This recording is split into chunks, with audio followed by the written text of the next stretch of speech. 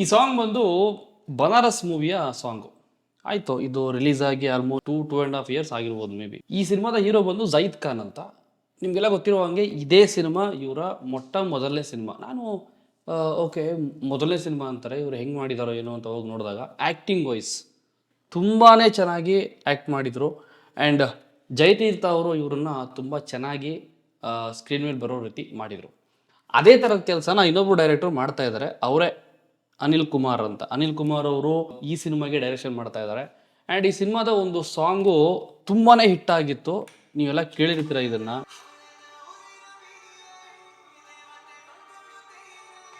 So ಈ song ನಾನು ಬಂದಾಗಲೇ ಇದ್ರ ಬಗ್ಗೆ ಕೂಡ ನಾನು ಮಾತಾಡಿದ್ದೆ. ಈ ಸಾಂಗ್ ತುಂಬಾ ವೈರಲ್ ಆಗುತ್ತೆ, ತುಂಬಾ ದೊಡ್ಡ ಮಟ್ಟಕ್ಕೆ ಹಿಟ್ ಆಗುತ್ತೆ ಅಂತ.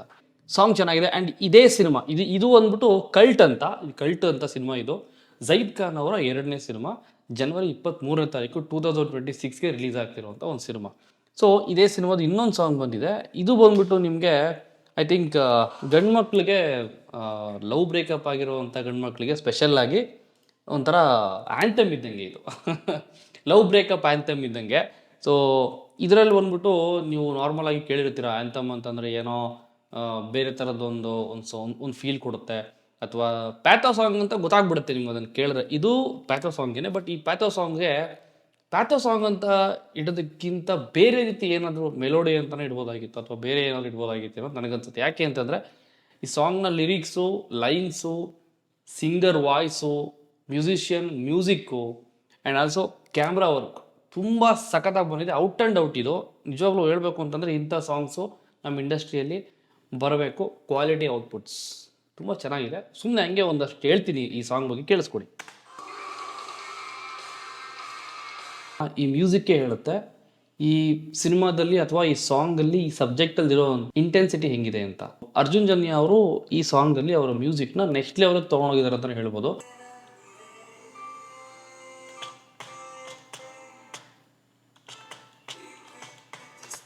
ಇದೇ ಥರ ಈ ಸಾಂಗು ಸ್ಟಾರ್ಟ್ ಆಗೋದೇ ಒಂಥರ ಸೈಲೆಂಟಾಗಿ ಸ್ಟಾರ್ಟ್ ಆಗಿ ಹೋಗ್ತಾ ಸಿಕ್ಕಾಪಟ್ಟೆ ವೈಲೆಂಟ್ ಆಗಿಬಿಡುತ್ತೆ. ಆ ವೈಲೆಂಟ್ ವರ್ಷನ್ ಬಂದ್ಬಿಟ್ಟು ಹೀರೋ ಬಂದ್ಬಿಟ್ಟು ಸ್ವಲ್ಪ ಅಗ್ರೆಸಿವ್ ಆಗೋದು, ಬೇರೆಯವ್ರಿಗೆ ಹೊಡೆಯೋದು, ಜಗಳ ಮಾಡೋದು, ಗಲಾಟೆ ಮಾಡೋದು, ನೋಡಿದ ಹುಡುಗಿನ ತನ್ನ ಹುಡುಗಿನ ಬೇರೆ ಹುಡುಗಿರಲ್ಲೂ ಕಾಣೋದು, ಇವಳೇ ನನ್ನ ಹುಡುಗಿ ಅಂತ ಹೋಗಿ ತಪ್ಕೊಳ್ಳೋದು, ಆ ಮಟ್ಟಕ್ಕೆ ಹೋಗ್ಬಿಡುತ್ತೆ.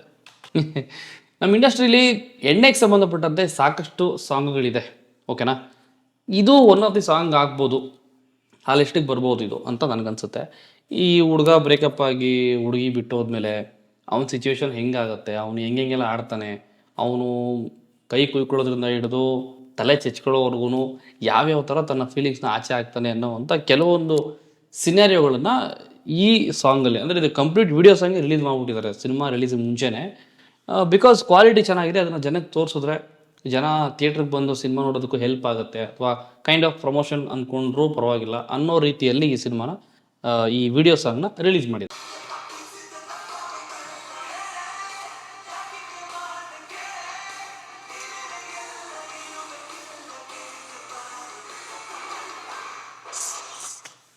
ನನಗೆ ಸ್ಪೆಷಲಿ ಈಗ ಕೇಳಿದ್ರಲ್ಲ ನೀವು, ಎಸ್ಪೆಷಲಿ ಇವಾಗ ನೀವು ಕೇಳಿದ್ರಲ್ಲ, 5-6 ಲೈನ್ಸ್ ನಂಗೆ ತುಂಬ ಇಷ್ಟ ಆಯಿತು. ನನ್ನಂತೂ ನಿಂಗೆ ಸಿಕ್ಕೋದೇ ಇಲ್ಲ, ಸಿಕ್ಕಿದ್ರು ನನ್ನಂಗೆ ಪ್ರೀತಿ ಮಾಡಲ್ಲ, ನಿನ್ನಂದ ಚಂದ ನನಗೆ ಬೇಕಿಲ್ಲ, ನಿಯತ್ತಾಗಿ ಪ್ರೀತಿಸಿದ್ದೇ ತಪ್ಪಾಗೋಯ್ತಲ್ಲ. ಈ ಎಲ್ಲ ಹುಡುಗರು ನನ್ನ ಸೇರಿಸಿ, ಅಂದರೆ ಈಗ ಮದುವೆ ಆಗಿದೆ, ಬ್ರೇಕಪ್ ಆದಾಗ ನಾವು ಹಿಂಗೆ ಅಂದ್ಕೊಳ್ಳೋದು, ನಿಯತ್ತಾಗಿ ಪ್ರೀತಿಸಿದ್ದೇ ತಪ್ಪಾಗೋಯ್ತಲ್ಲ. ನಿಜವಾಗ್ಲೂ ನಿಯತ್ತಾಗಿ ಲವ್ ಮಾಡೋರಿಗೆ ಬ್ರೇಕಪ್ ಆಗೋದು. ನೆನ್ಪಿಟ್ಕೊಳ್ಳಿ, ಯಾಕೆ ಹಿಂಗೆ ಮಾಡಿದೆ, ನೀನೇನೇ ಎಲ್ಲ, ಏನೂ ಬೇಕಿಲ್ಲ, ಕೇಳಿದರೆ ಪ್ರಾಣನೇ ಬಿಟ್ಟೋಗ್ತಿದ್ನಲ್ಲ. ಇದೊಂದಷ್ಟು ತುಂಬ ಚೆನ್ನಾಗಿ ಮಾಡಿದ್ದಾರೆ. ಈ ಲೈನಲ್ಲೇ ಈ ಸಾಂಗ್ಗೆ ಇಂಟೆನ್ಸಿಟಿ ಕ್ರಿಯೇಟ್ ಆಗುತ್ತೆ, ನಿಜವಾದ ಪ್ರೇಮಿಗೆ ಅರ್ಥ ಆಗುತ್ತೆ. ಈ ಸೀನ್ ಬಂದ್ಬಿಟ್ಟು ತನ್ನ ಹುಡುಗಿ ಬಿಟ್ಟು ಹೋದ್ಮೇಲೆ ತನ್ನ ಹುಡುಗಿನ ಬೇರೆ ಹುಡುಗಿರಲ್ಲಿ ನೋಡೋಕೆ ಸ್ಟಾರ್ಟ್ ಮಾಡ್ತಾನೆ ಹುಡುಗ. ಇವಳೇ ನನ್ನ ಹುಡುಗಿ ಅಂತ ತಪ್ಪು ತಿಳ್ಕೊಂಡು ತಪ್ಕೊಳ್ಳುವಂಥದ್ದು, ಆ ಹುಡುಗಿಯಿಂದ ಹೋಗುವಂಥದ್ದು ಕೆಲವೊಂದು ಸೀನ್ ಇದು. ಇವರು ಮಲೈಕಾ, ಈ ಸಾಂಗಲ್ಲಿ ರಚಿತಾ ರಾಮ್ ಅವರು ಇದ್ದಾರೆ ಮತ್ತು ಮಲೈಕಾ ಅವರು ಇದ್ದಾರೆ. ಇವರಿಬ್ಬರಲ್ಲಿ ಯಾರನ್ನ ಇವರು ಲವ್ ಮಾಡ್ತಾರೆ, ಜೈದ್ ಖಾನ್ ಅಂದರೆ ಮಾಧವ ಅನ್ನೋ ಕ್ಯಾರೆಕ್ಟ್ರು ಯಾರನ್ನ ಲವ್ ಮಾಡ್ತಾರೆ ಅಂತ ನನಗೂ ಗೊತ್ತಿಲ್ಲ. ಸಿನಿಮಾ ಬರೋವರೆಗೂ ವೆಯ್ಟ್ ಮಾಡಿದ್ರೆ ಸಿನಿಮಾ ನೋಡಿ ಹೇಳ್ಬೋದು ಯಾರನ್ನ ಲವ್ ಮಾಡಿದ್ರು ಅಂತ, ಯಾರು ಮೋಸ ಮಾಡಿದ್ರು, ಯಾರಿಗೆ ಬ್ರೇಕಪ್ ಆಯಿತು ಅಂತ.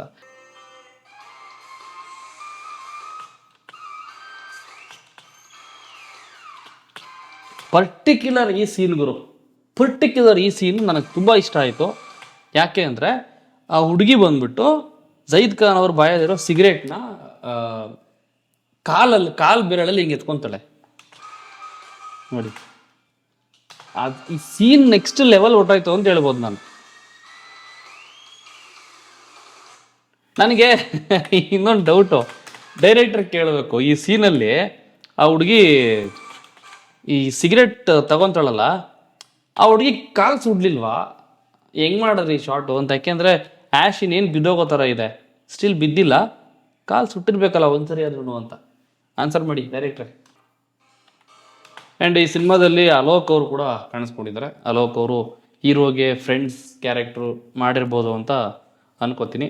ಅನ್ಕೊಳ್ಳೋದೇನು ಅದೇನೆ, ನೋಡ್ರೆ ಅದೇ ಗೊತ್ತಾಗ್ತಾ ಇದೆ. ನನಗೆ ಇನ್ನೊಂದು ತುಂಬ ಇಷ್ಟ ಆಗಿದ್ದು ಈ ವಿಡಿಯೋ ಸಾಂಗ್ ನೋಡ್ತಾ ಪಿಕ್ಚರೈಸೇಷನ್ನು, ಕ್ಯಾಮ್ರಾ ಕ್ವಾಲಿಟಿ ಆ್ಯಂಡ್ ಡೈರೆಕ್ಟರ್ ತಲೆಯಲ್ಲಿ ಏನು ಬರುತ್ತೆ ಅದನ್ನು ಕ್ಯಾಮ್ರಾಮ್ಯಾನ್ ಬಂದ್ಬಿಟ್ಟು ತುಂಬ ಚೆನ್ನಾಗಿ ತೋರಿಸಿದ್ದಾರೆ.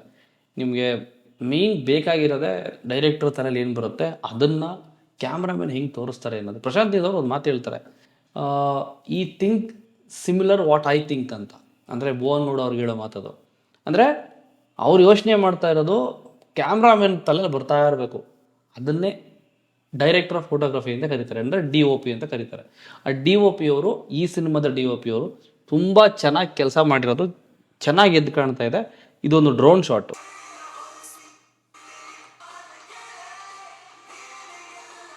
ಯಾವ ಥರ ಗುರು, ಕುಡಿದಿರೋ ಬಾಟ್ಲಿಗಳನ್ನೆಲ್ಲ ಮೂಟೆಗೆ ಹಾಕೊಂಡು ಎಳ್ಕೊಂಡು ಹೋಗಿ ಗುಜ್ರಿಗೆ ಹಾಕ್ಬಿಟ್ಟು ದುಡ್ಡು ತಗೊತಾ ಇರೋದು ನೋಡಿ.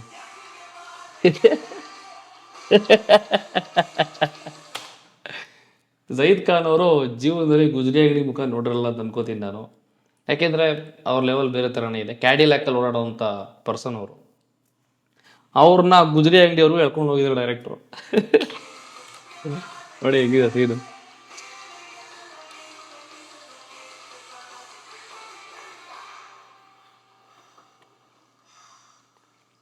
ನೋಡಿ ಇಲ್ಲಿ ಪ್ರಪಂಚದಲ್ಲಿ ಎಲ್ಲ ಕುಡುಕರಿಗೂ ಇರುವಂಥ ಒಂದೇ ಒಂದು ಒಳ್ಳೆ ಬುದ್ಧಿ ಏನು ಗೊತ್ತಾ, ತಮ್ಮ ಹತ್ರ ಇರೋ ಎಣ್ಣೆನ ಶೇರ್ ಮಾಡ್ಕೊಂಡು ಕುಡಿಯೋದು. ನೋಡಿ ಇವರು ಎಣ್ಣೆ ಹೊಡಿತಾರೆ, ಜೊತೆಲಿ ಒಬ್ರು ಬಂದು ಜಾಯ್ನ್ ಆಗಿರೋರಿಗೆ ಎಣ್ಣೆನ ಒಂಚೂರು ಶೇರ್ ಮಾಡಿಕೊಂಡು ನೀನು ಒಂಚೂರು ಕುಡಿಯಪ್ಪ ಅಂದ್ಬಿಟ್ಟು ಶೇರ್ ಮಾಡ್ಕೊಂಡು ಕುಡಿತಾ ಇರೋದು. ನಾನು ಹಂಗೆ ಮಾಡೋದು, ನೀವು ಹಂಗೆ ಮಾಡ್ತೀರಾ? ಕತೆ ಬರೆದು ಡೈರೆಕ್ಷನ್ ಮಾಡಿ ಸ್ಕ್ರಿಪ್ಟ್ ಬರೆದು ಈ ಸಾಂಗಿಗೆ ಲಿರಿಕ್ಸ್ ಬರೆದಿರೋರು ಡೈರೆಕ್ಟ್ರೆ, ಅಂದರೆ ಈ ಸಿನಿಮಾದ ಡೈರೆಕ್ಟ್ರು ಅನಿಲ್ ಕುಮಾರ್ ಅಂತ, ಅವರೇ ಬರೆದಿರೋದು. ಇಷ್ಟೆಲ್ಲ ಮಾಡಿ ಇವರು ಒಬ್ಬರು ಕರ್ನಾಟಕದ ಒನ್ ಆಫ್ ದಿ ಪಾಲಿಟಿಷಿಯನ್ ಮಗ ಆಗಿರೋದ್ರಿಂದ ಇಂಥವ್ರು ಡೈರೆಕ್ಷನ್ ಮಾಡ್ತಾ ಇದ್ದೀನಿ ನಾನು, ಒಂದು ಒಳ್ಳೆ ಔಟ್ಪುಟ್ ಕೊಡಬೇಕು ಅನ್ನೋದನ್ನು ತಲೆಯಲ್ಲಿ ಇಟ್ಕೊಂಡು ಇದಿಷ್ಟೂ ಕೆಲಸ ಮಾಡಿ ಸಿನಿಮಾನ ಹೆಂಗೆ ಜನಗಳ ಮುಂದೆ ತಂದಿಡ್ಬೋದು ಅನ್ನೋ ಒಂದು ಜವಾಬ್ದಾರಿ ಇದೆಯಲ್ಲ, ತುಂಬ ದೊಡ್ಡ ಕೆಲಸ ಅದು. ಡೈರೆಕ್ಟರ್ ಕ್ಯಾಪ್ ಹಾಕೊಳ್ಳೋದು ಅಷ್ಟು ಸುಲಭವಾದ ಕೆಲಸ ಅಲ್ಲ. ಅದನ್ನು ಹೆಂಗೆ ಮಾಡಿದ್ದಾರೆ ಅಂತ ನೋಡಬೇಕು ಅಂತಂದರೆ ಅಗೈನ್ 2026 ಜನವರಿ 23ಕ್ಕೆ ಥಿಯೇಟ್ರಿಗೆ ಬಂದರೆ ನಿಮ್ಮೆಲ್ಲ ಗೊತ್ತಾಗುತ್ತೆ. ಈ ಸಿನಿಮಾ ರಿಲೀಸ್ ಆಗ್ತಿರೋದು ಆ ಡೇಟಲ್ಲೇ, ಇಲ್ಲೇ ಬರುತ್ತೆ, ನೋಡ್ಕೊಂಡು ಒಂದು ಸರಿ. ಇನ್ ಸಿನಿಮಾಸ್ 23rd Jan 2026.